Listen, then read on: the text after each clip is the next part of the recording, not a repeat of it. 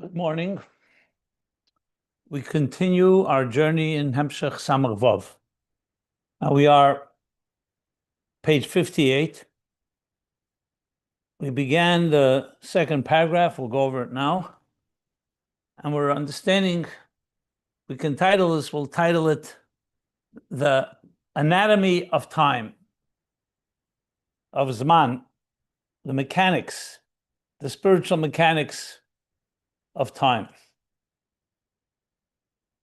For context, keep in mind that we're talking here about the level of keser.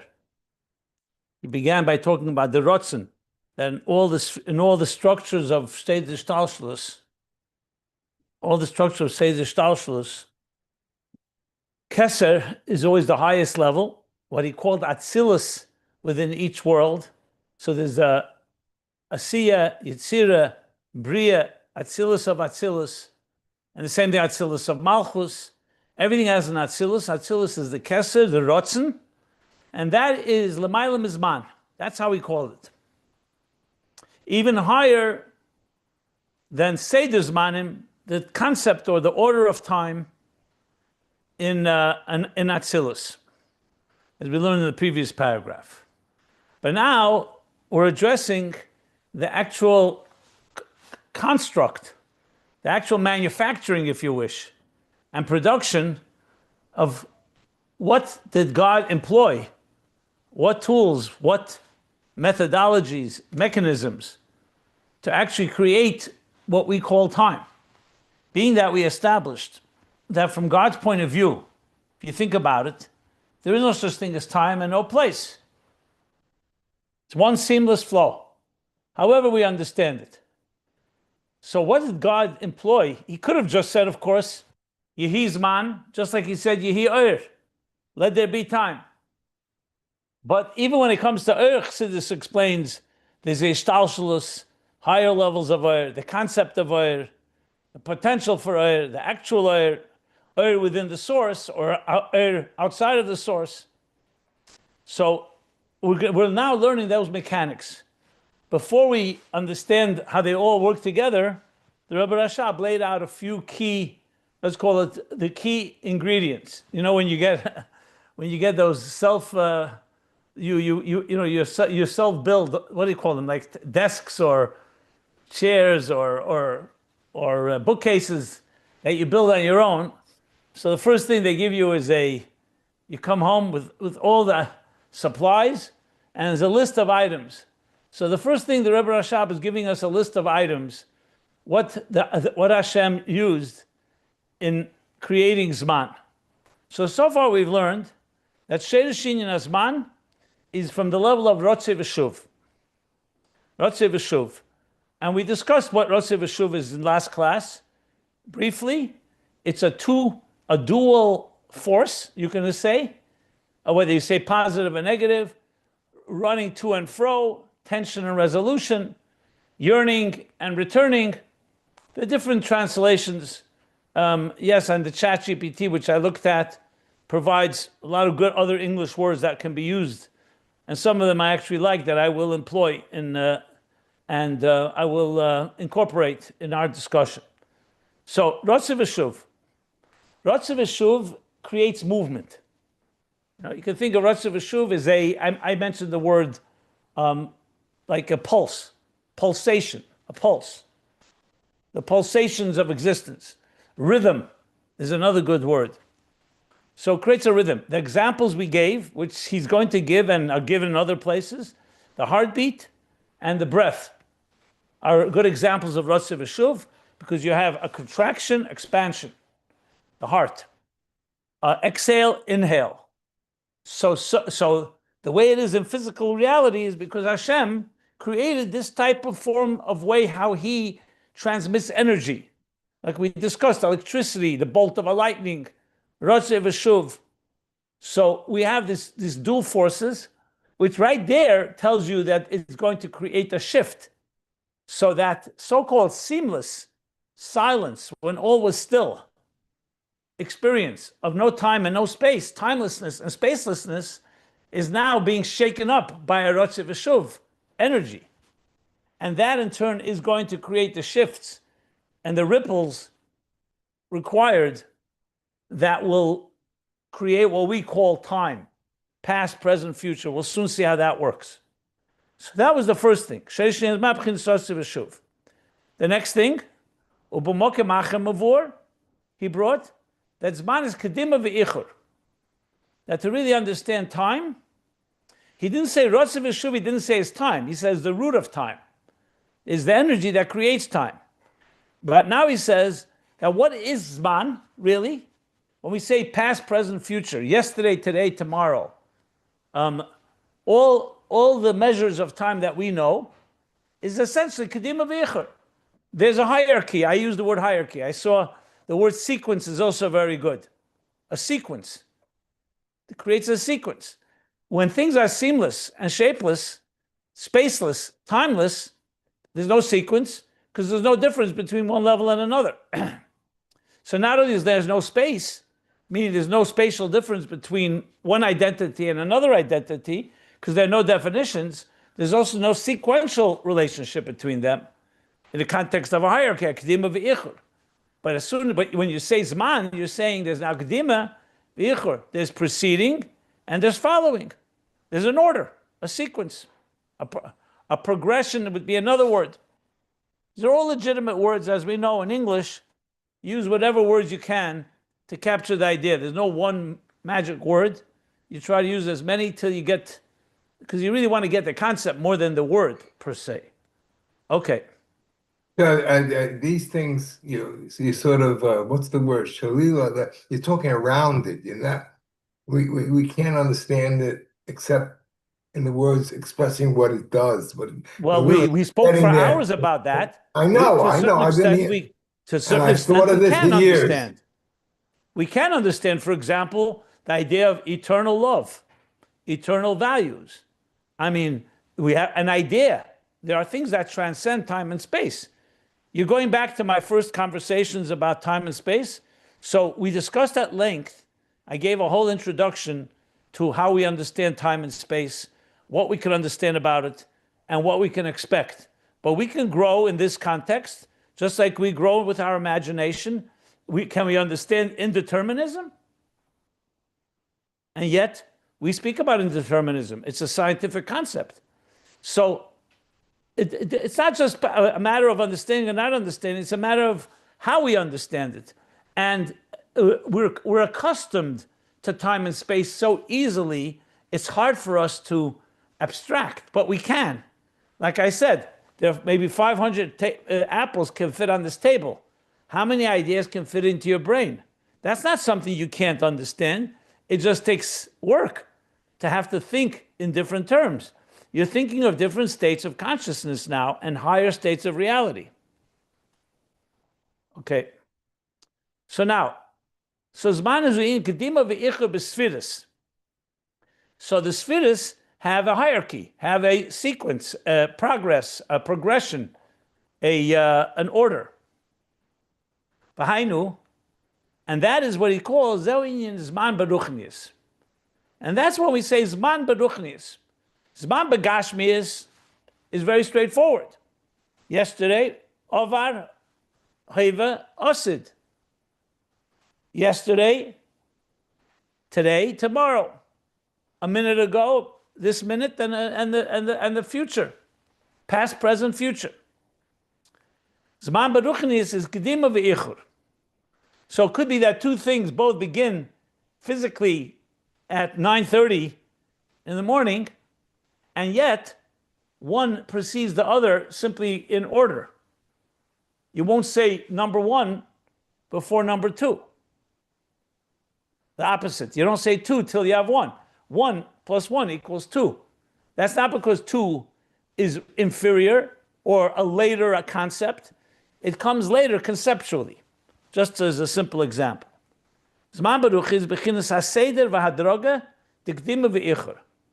The seder v'hadroga, you could say the order and the progression, you could say the sequence and the hierarchy. You could translate seder v'hadroga with all those 4 words I just used. I like seder, I like order. Seder is like order, and hadroga, I would say hierarchy or sequence maybe. Or Tikdima ve'ichur, of before and after. 72. Okay, That's fine. good.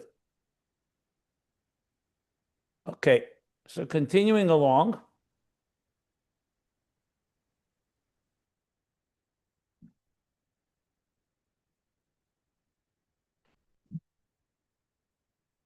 The gamzeh, this we stopped here. We're continuing where we left off. The gamzeh, those that want to follow the text, this is we're on page 58, second paragraph at samachvav.com. The gamzeh hu aidei b'chinas histalkus v'hispashtus. This too is through histalkus and hispashtus. Now you'll say, what's the gamzeh? Where's that? What do you mean gamzeh? Also this. What else were we discussing? Remember we were discussing Ratzo and Shov. Ratzo and Shov is histalkus and hispashtus. He didn't use those words. He just used Ratzo and Shov. But histalkus means something gets removed. Hispashtus, something means it extends. Ratzo is generally histalkus. Something is like receding, is another word for it. Removed, like fire as it elevates, is histalkus ha'esh. Hispashtus ha'esh is fire extending, is the step when it moves forward. So histalkus and hispashtus is another way of saying Ratzo and Shov. So he says, in Gam Zeh, remember that was the first point he made. He's bringing now together Ratzo v'Shuv and Kedima v'ichur. And this hierarchy, the sequence. He says like this. Gam Zeh b'chinas histalkus v'hispashtus. Gam what? Also this order. Not just the idea that energy has a dual process of running and returning to and fro. Ratzo and Shuv. Why? The oshayich in Gedima. When can you say that there's a precedence? I don't know if that's the right word. Precedence is not the word here. Precedence is really the word I'm using. When can you say something precedes another? Kedima, as in Kedima ve'ichur. That something precedes another thing. When can you say Kedima ve'ichur? That something precedes and ve'ichur and something follows? Hierarchy or sequence. Shakesha nimshach v'nifsek hamshachase.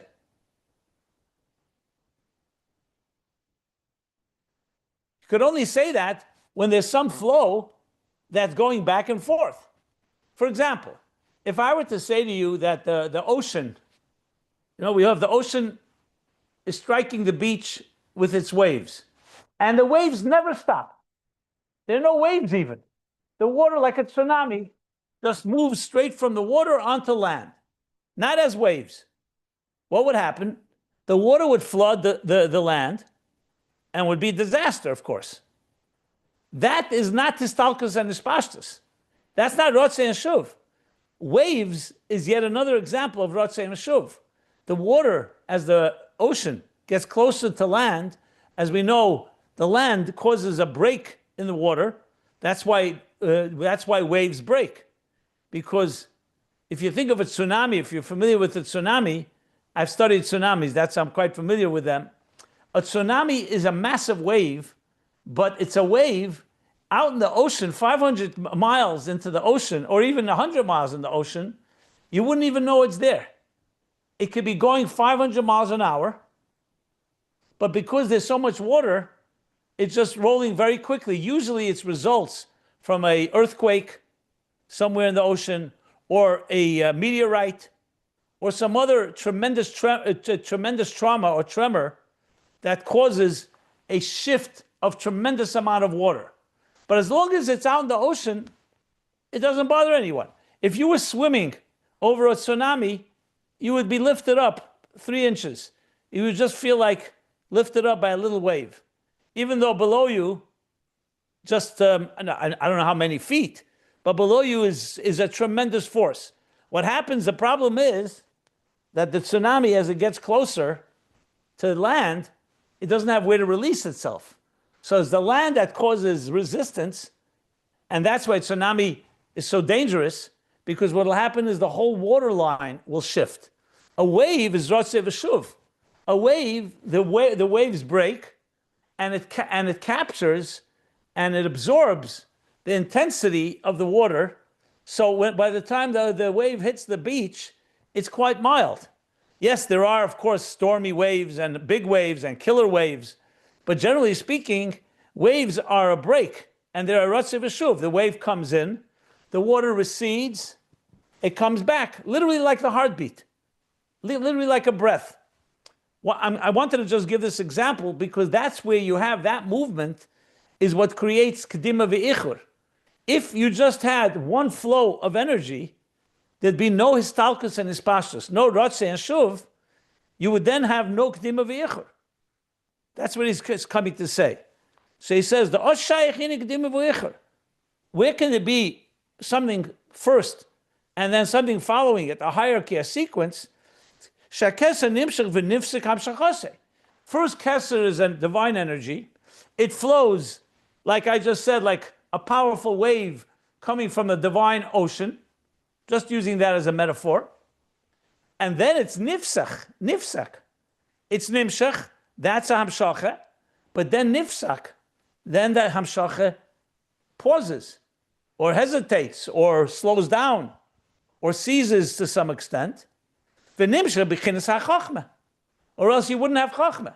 Because if keser did not stop, and keser kept flowing, and there's no Ratzo and Shov, there's no histalkus and hispashtus, there's no room for chochma. That's what he continues to say. If the hamshacha would be without histalkus and hispashtus, without to and fro, a type of, like we said, histalkus removal and then extension, or receding, even better, recession and then extension, contraction and then expansion. If you didn't have that, there's no kedima ve'ichur because the first entity dominates, and that's it. All you would have is keser. Like in the example I gave, all you would have is the water. You wouldn't have any room. Or, like an example, it's not really a good example for this, but when we say raindrops are called gvuras kshamim. Even though rain is chesed, water, we call it kshamim, gvuras kshamim, because the water, if it comes down in buckets, it'll flood the fields and destroy the fields just like a drought. That's why Choni Hamagal had to pray a second time that Reiv Teva Eini Yechelim L'Kabel, he said. We can't receive so much goodness. The goodness has to come down in drops. A teacher has to spoon feed an idea. If it comes too quickly, it'll flood and drown and suffocate the student, so to speak, just like love. It needs to be measured. That measure is the histalkus and hispashtus he's talking. It's the type of, that's like the with the waves. The wave comes, but it's measured. The raindrops fall onto the ground, they get absorbed, and then the next raindrop comes. So it's a more measured flow. It's not a good example because in rain we don't really call it Ratzo and Shov. But for that, I just wanted to use the example for the idea of a measured flow. I'll stop in a minute for questions. Let me just finish the topic. So if there's no histalkus hispashtus, there's no Ratzo and Shov, there's no kedima ve'ichur. That's the connection. So Izman Beruchnius, what he called before Seder v'Adroge, kedima ve'ichur, his gam zeh is through histalkus v'hispashtus. So then it wouldn't be in a shaykh, if there was no histalkus v'hispashtus. The oz, eifin dam shochav is galus, so shekulim boyin keshove. Like I just explained. Because if there was no histalkus and hispashtus, there's no measure. There's no, there's a word I want to regulation. That's the word I was looking for. There's no regulator regulating the flow. That it should be like, for example, God forbid, the heart.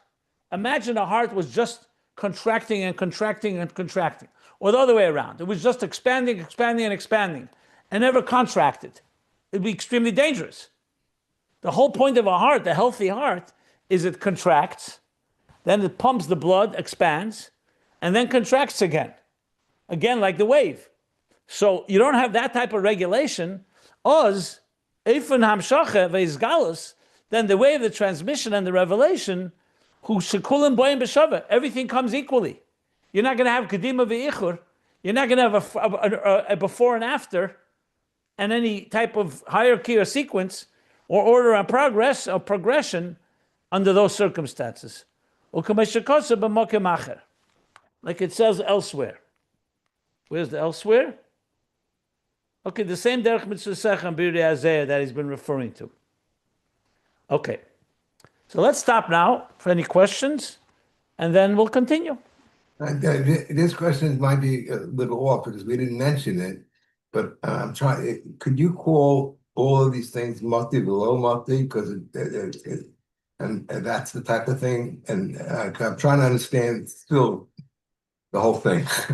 What's your question? Whether you can describe it as multi below multi, even though We didn't get to that yet. He's going to discuss. Yeah, that's why that I know. That's why I mentioned the preamble. That I know you didn't mention it. But okay. He's going to discuss it. It's part of the mimer.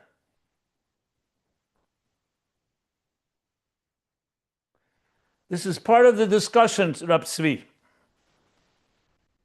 It's going to come a little later. So just bear with us and you'll see. Where did you learn it yourself, that idea? From you, I am base. Okay, good. So we're soon going to come to Moti V'lei Moti in detail. It's going to be a very big concept in context of Ratzo and Shov. It'll be it'll be on page 60, another 2 pages, and he enters that discussion. But we'll get there. You'll see it's very thorough.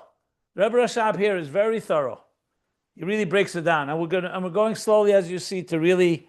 It's a new topic, well worth really absorbing properly in a Ratzo and Shov measured and regulated fashion. That's what we're doing. If you start thinking about it, it's fascinating. Look, I already talked about heartbeat, breath. Now we talk about waves. Remember, waves are not just ocean waves. Waves are also waves and particles in physics.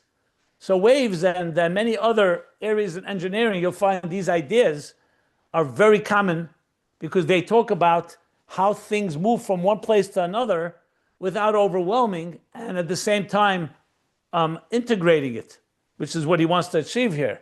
That it shouldn't be kulam b'shova, that you should have keser and then chochma, gdima and ichur.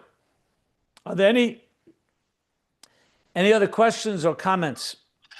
I have a question.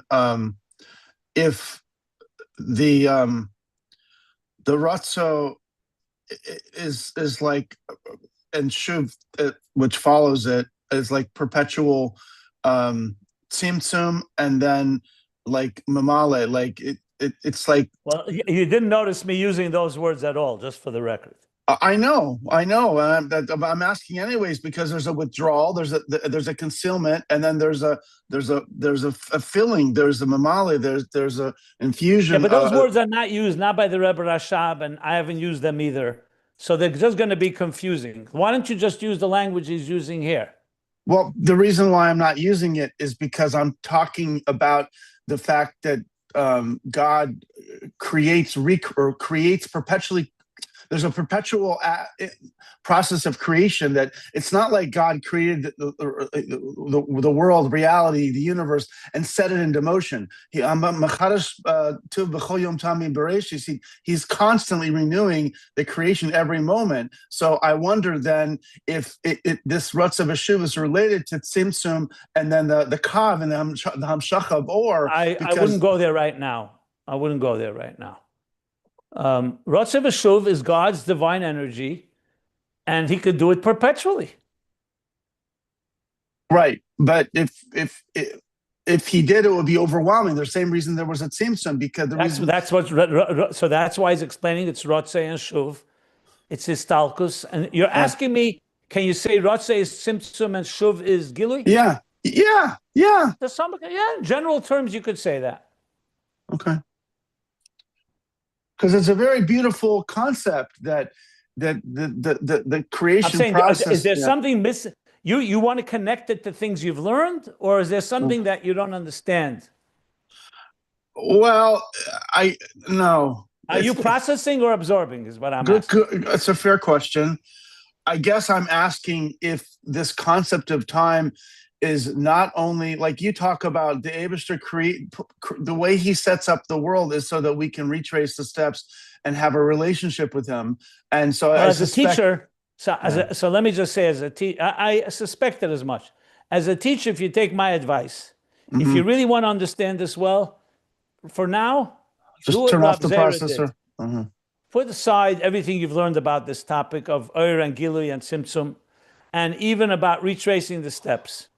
I know you're a smart guy and your mind works quickly, but so does mine.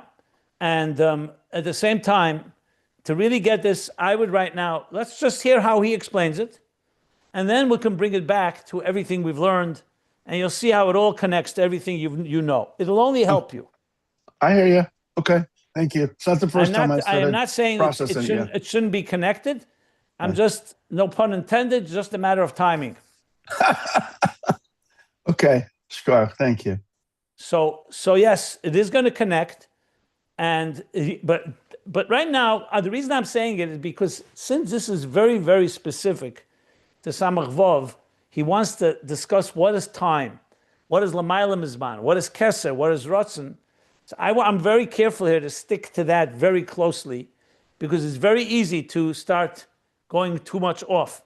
And because it's really a new topic, that's why I'm being very, I don't want to say strict about it, but very vigorous.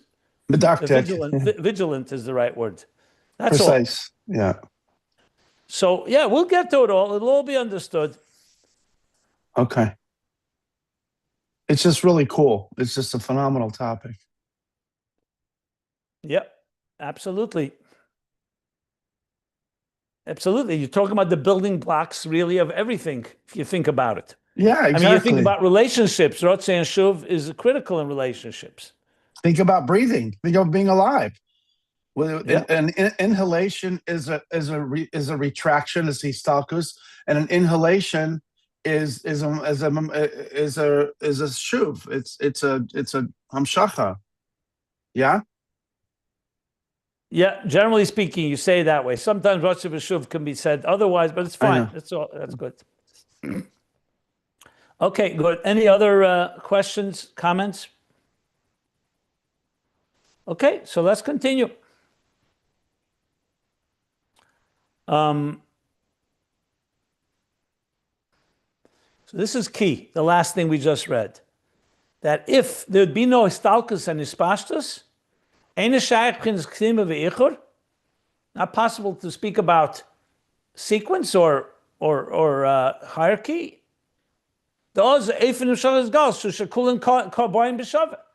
Everything is coming equally.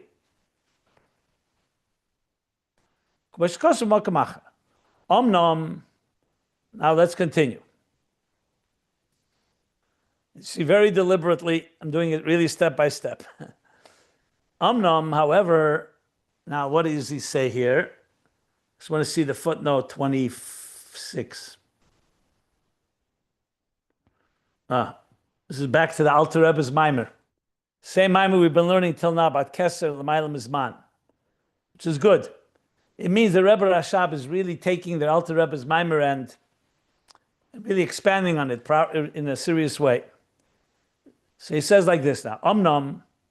However, Sheidish v'sibas hazman l'kol madreges u'b'chinas harotze v'shuv shabay. Why this is an I'm not so sure yet, because usually is a qualification. However, let's see. The histalkus and hispashtus, he says now, the root and cause for zman on all levels, remember on all levels there's zman, and keser is in all levels higher than zman, is its root is in Ratzo v'shuv shabai. So in each level there's a Ratzo v'shuv going on, a histalkus and hispashtus, an extension and a retention, if you wish, or a recession. I use the word to recede and to expand. You could also say to contract and expand. All legitimate words. There's no one word that I think is best. I'm just using each one as necessary based to help understand the expression that he's using here. So this Ratzo and Shov is in all levels, and that's the root of time. In other words, get rid of the Ratzo and Shov, then everything goes back into a very stationary, what I called before seamless and shapeless, and timeless and spaceless existence. Ukamoshe Kosav, and now he's bringing the posuk. Earlier, I already quoted this posuk when we learned it, but now the Rebbe Rashab directly brings it from the Alter Rebbe's Maimer, like the posuk says in Yecheskel. This is the posuk in Yecheskel. Va'achayis Ratzo and Shov. So after establishing a few of the key points of Kedima ve'ichur, sequence and hierarchy, and Ratzo and Shov, and how they're interdependent, he now comes back and says everything is Chayes Ratzo and Shov. In other words, the posuk is giving us a general rule. Even though Yecheskel, in the actual literal interpretation of the verse, is talking about a particular level, you can say, certain malachim, certain angels, certain vision he had, but Chassidus uses it in a very general term, HaChayes. Chayes in general, it means all Chayes Eliki. So he says, the Chayes Eliki. He's teaching Chayes now, divine energy. So now we're getting a rule that divine energy is nimshach, hanimshach, mebchinas dvar havaya. The divine energy that transmits from the word of God, lahachis kol hanivroim, to energize all creations. Who bebchinas Ratzo and Shov. That's the pasuk says. So he's taking the pasuk v'achayis, the divine energy that God infuses, instills, and energizes all of existence. The rule is this chayis is in a fluctuating state. It's a fluctuating state, a pulsating state. This movement we've been talking about, this rhythm called Ratzo and Shov. That's the rule. So just to touch upon what you mentioned earlier about Tzimtzum and Gilui, and we will talk about Tzimtzum and hispashtus. Interesting, when we talk about Tzimtzum and the Kav, for example, you don't hear the word fluctuating much. When you learn the idea, there's a Tzimtzum and there's a Kav. Obviously, it's perpetual and happening all the time. But the quivering element to it, I'm using specifically the word quiver, the movement, the rhythm part, the pulsating part, what we're talking about here, that is being emphasized right here, because when it comes to time, it's not just that he wants to have a Gilui and a Helam, he wants to actually have movement, shinui, because time is about change. Remember, everything is under time is subject to change, and time itself is constantly changing, from past to present to future, as we'll soon learn. So we'll soon discuss how time, Zman, and Shinui are very critical. In Ani Hashem Leishanisi, in that seamless and shapeless, and what I called before, we called before that timeless and spaceless, if you wish, looking for the word, matter of God. I don't want to say the word matter is not a good word, but basically in that seamless fabric of divine existence, there's no shinui altogether. There are no shifts. There's no movements. There's no, what I called before, quivering or ripples or anything like that. Ratzo and Shov, like when you think of the heartbeat or the breath or the waves of the ocean, gives you right away a sense of movement, more than just this truth. It's hispashtus and histalkus, absolutely, but it's also a sense of movement and shift and change. And that's going to be critical in understanding the hisavus, the creation and the coming into being of time itself. So he says it's bechinas chayselke. So that's bechinas Ratzo and Shov, bechinas histalkus hispashtus. Yes, he makes that very clear. Histalkus hispashtus. I'm just looking again at the footnote 28. He brings a whole bunch of other sources. I see Samach Tzedek, the Reb Marash, Reb Rashab. Okay. Ukamoshel, and here we go. Like the example of Neshimas Ha'odam, of ruach hachayim sheba'adam, like the example of the breath, of the living breath of a human being. Shebachol rega, every moment, every second. Nimshach hachayis min moker nafshe, the chayis, the energy from the source of his nefesh, of his spirit, is nimshach, is drawn, is extends. Umiyat kerega keser hachayis lotzeis ulistalik min haguf uliskal b'mekeder shenimshach memenu. But it's not just it flows in and that's it, like a one-time thing. It's a constant process of back and forth, a perpetual process. Like he says that again, let's read it closely. That the breath, the living breath of a human being, every moment, the chayis, the energy flows in from the mokar nafshe, wherever that is, because obviously, God forbid, a person who doesn't breathe, or his heart is not beating, and there's no soul and no spirit, is not alive. So there's no chayis nafshe entering into the body. But we're talking about life is entering into the body every second. And what happens a second later? It doesn't just stay there and that's it. Like, like a delivery. You got a delivery, it comes to your home, you put it in your refrigerator or in your cupboard, and that's it. No, it's a whole process. Immediately, a second later, keser achayis, that very breath now returns. Now it returns. Like now we talked about, that was an inhale. You've inhaled, then you exhale. Lotse, so listalik minaguf, to leave and exit and leave the body. Lisalis, and where does it go? Uliskal b'mekeder shenimshach memenu. So here's interesting. Most of us would think when you exhale, the carbon monoxide just leaves you and that's it. He's saying something more here. That besides, obviously, the air is expelled, and especially the air that is now waste, because you can't retain that air. It's not healthy. That's why we expel it. What remains is the oxygenated part that becomes part of the blood, etc. But he's saying, interestingly, that an exhale refers to the shuv. It's not just you're just expelling air. It's a process of renewal going back and forth, like the pump, like energy. So the energy is coming in, the energy goes back to its source where it originated from. Now, you'll say, how does that work technically? When we breathe, where does the breath come from? So we're breathing in oxygen from outside, right? Or if a person is being pumped oxygen. But oxygen is entering into your lungs, through your throat, into your lungs, and that oxygen then does the whole processing. You exhale the waste, the carbon monoxide that is not needed any longer. Where do you see in the breath return to the source of life?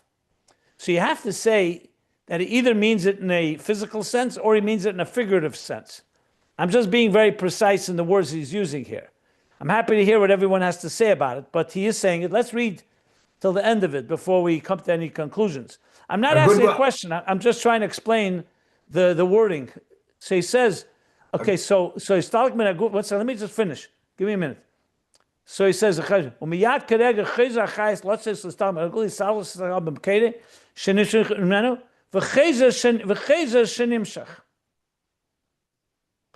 then again, the same process continues.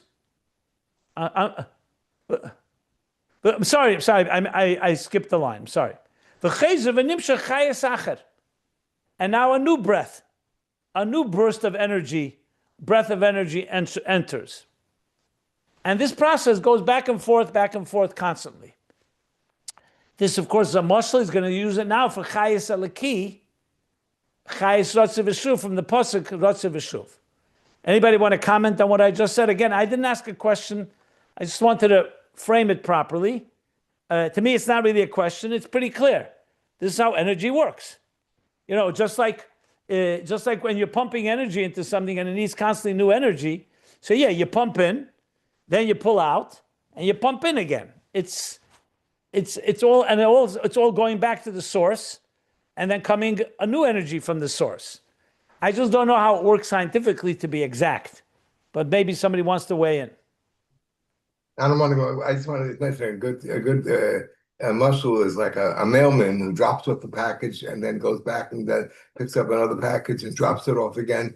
This with the oxygen. That's all. Okay. Anyone else want to comment on this?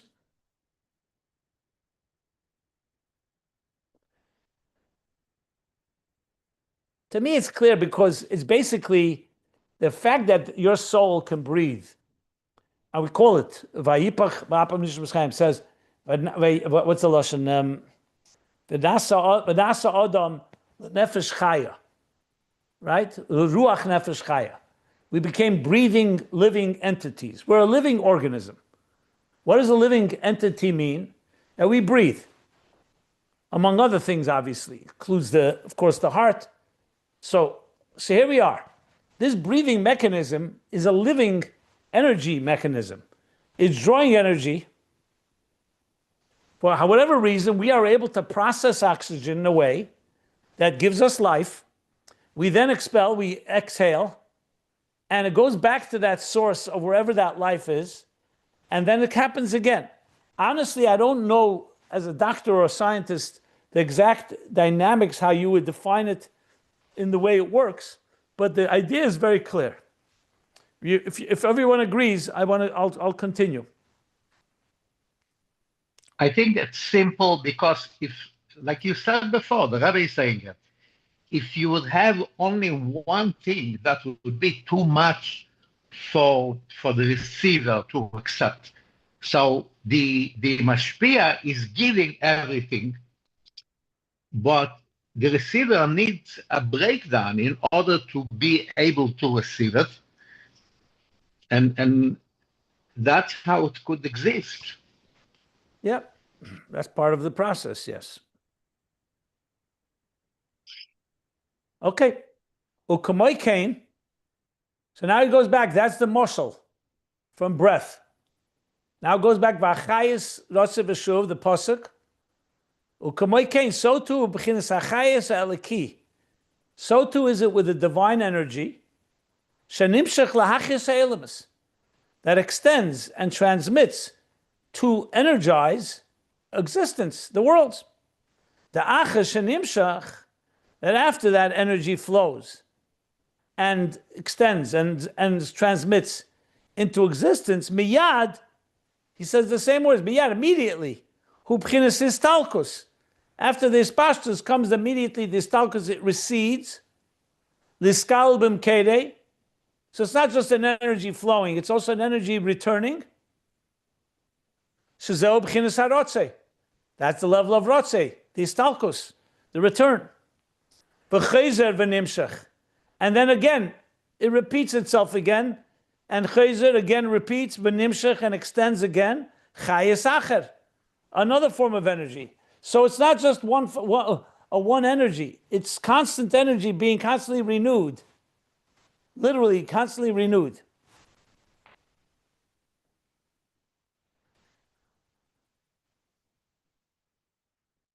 Just want to see if I Which should means stop. that the first energy was not given with the full might, because the receiver is That's not one ready part to of it, Rav accept Shlomo. There's another part to it. It's not just about not giving it with the full might. It's that it's a process that requires 2 steps. Yeah, but I think that the reason why it requires 2 steps, because if it would be 1 step, the receiver would not be able No, to. there also would not be levels. He said if there would be only 1 step, there'd be no hierarchy. There'd be no keser and chochma. Everything would be 1 level. Yeah, so what's wrong with that? The wrong thing Because is that. Davidson wants a structured existence. And like you said, you don't want to destroy the existence. You want it to have definition and parameters and boundaries. Correct. That's good. It's all part of the same thing. I'm not negating what you're saying. It's all part of creating a structured time. That's what time is. Past, present, and future. If you wouldn't have this, you wouldn't have a yesterday, today, and tomorrow. There'd be no over, heva, and osid. I guess I have a question, which is, well, Actually, I'm having a hard time framing it, but sort of like which came first, the concept of time or the concept or the concept of creation, because they seem bound up with each other. Well, maybe if this is a good question you're asking. I'd rather not go into it right now. I'd rather finish first what we're learning here. But just the short answer is that the Rebbe speaks about it in a few places, that since Zman is Shinui, so you have to say, he says, that Zman precedes Mokim, because Shinui means a shift. Mm-hmm. And shift means the first step has to be a shift. If God is going to create anything, you need shift first. So the so Zman and Shinui are synonymous. So to say creation, you can't speak about creation if you don't first talk about a Shinui. And Shinui is this process of so Ratzo time and Shov. actually precedes creation. It's fascinating, isn't it? Well, I would say time precedes space. Got it. Because time is creation. Yes. Why can't you just say creation and time Fair are the enough. same? Fair enough. Yeah. I did. That's how I started my comment or my question. Yeah. And we're soon going to learn something even more interesting. What Rabbi Tzvi mentioned, that Ratzo and Shov is also still defined two steps. There's even a more subtle form of, you can call a quivering, a ripple that happens even earlier, higher states. That's even more subtle. Cool. That's going to be moti v'lei moti. But we're not there yet. This is wonderful stuff. But Ratzo is before all of this. Not before moti v'lei moti, but before what? Before Ratzo and Shov. Ratzo and Shov is the way the chayes alaki is transmitted. Histalkus, hispashtus, like he's saying here, receding and extending, contracting, expanding. That creates this movement that in turn creates the regulates the flow and creates the hierarchy or the sequence that we're describing. Yeah. But it's like he said, the Ratzoin, not Ratzoin. Ratzoin, שבכל העולם, is למיילו מבחינת הזמן שלו. is למיילו מבחינת הזמן שלו. No, you're confusing, man. Not Ratzoin. Ratzoin is l'mayla m'bchinas zman. Yeah, I'm talking about Ratzoin. Yeah, we're not talking about Ratzoin now. Now we're talking about Ratzo and Shov in the process of how the energy flows. He's going to explain where it is in keser, in Atzilus. I think I'm going to stop right here, because the next step he's going to go back to Atzilus and say v'cheinu b'amshachas b'Atzilus. It's also Ratzo and Shov. Yeah, we're good. We're moving along very nicely. I think it's good, well paced, not too much, not too, very fascinating stuff. Okay, beautiful. Any other follow-up questions? Any other things you want to bring up?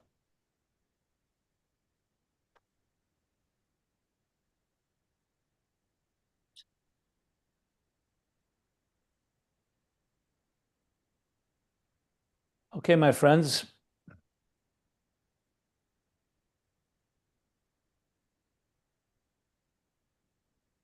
So I'm going to stop here.